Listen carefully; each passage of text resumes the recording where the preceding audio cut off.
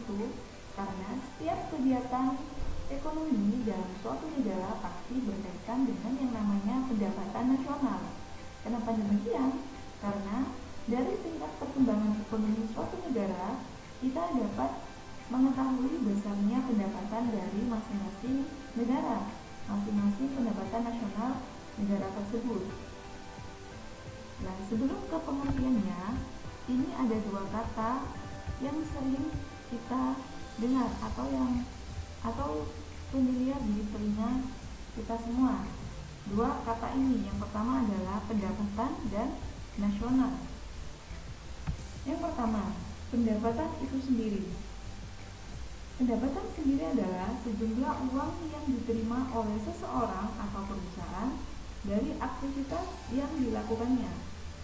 Pendapatan bisa berupa apa aja? Yang pertama bisa berupa gaji, kemudian upah, sewa, ataupun laba. Itu dari pengertian singkat pendapatan. Yang kedua adalah pengertian singkat dari nasional.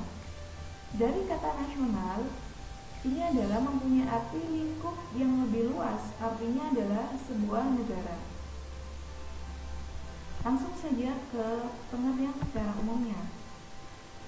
Pendapatan nasional adalah jumlah pendapatan yang diterima oleh seluruh masyarakat atau rumah tangga keluarga di suatu negara dalam kurun waktu tertentu. Nah, yang perlu kalian garis bawahi adalah dari pendapatan nasional tersebut adalah pendapatan yang diterima oleh seluruh masyarakat. Ini artinya seluruh masyarakat yang berada di suatu negara, misalnya seluruh masyarakat Indonesia dalam kurun waktu tertentu, biasanya dalam kurun waktu 1 tahun. Itu pengertian dari pendapatan nasional. Kemudian dari setiap negara pasti memiliki suatu sistem perhitungan pendapatan nasional. Hal tersebut adalah suatu cara untuk mengumpulkan informasi perhitungan terhadap hal-hal sebagai berikut. Yang pertama, yaitu nilai sebagai barang dan jasa yang diproduksi oleh suatu negara. Nah, dari sini kita dapat mengetahui suatu negara itu memproduksi apa saja sih dalam kurun waktu 1 tahun tersebut, barang apa saja sih yang sudah diproduksi. Selanjutnya yaitu nilai sebagai jenis pengeluaran atas produk nasional. Nah, dari sini kata kuncinya adalah pengeluaran negara dalam kurun waktu 1 tahun.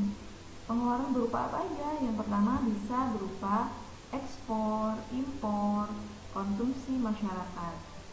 Dan yang terakhir itu adalah jumlah pendapatan yang diterima oleh berbagai faktor produksi yang digunakan untuk menciptakan produk nasional tersebut. Dari kata ketiga ini, yang perlu kita garis bawahi adalah sebagai faktor produksi. Faktor apa saja? Bisa meliputi faktor pertanian, faktor perikanan, dan faktor perdagangan. Ya, dari faktor-faktor tersebut dapat diketahui pendapatan nasional negara tersebut lebih cenderung ke faktor apa, misalnya lebih ke faktor pertanian.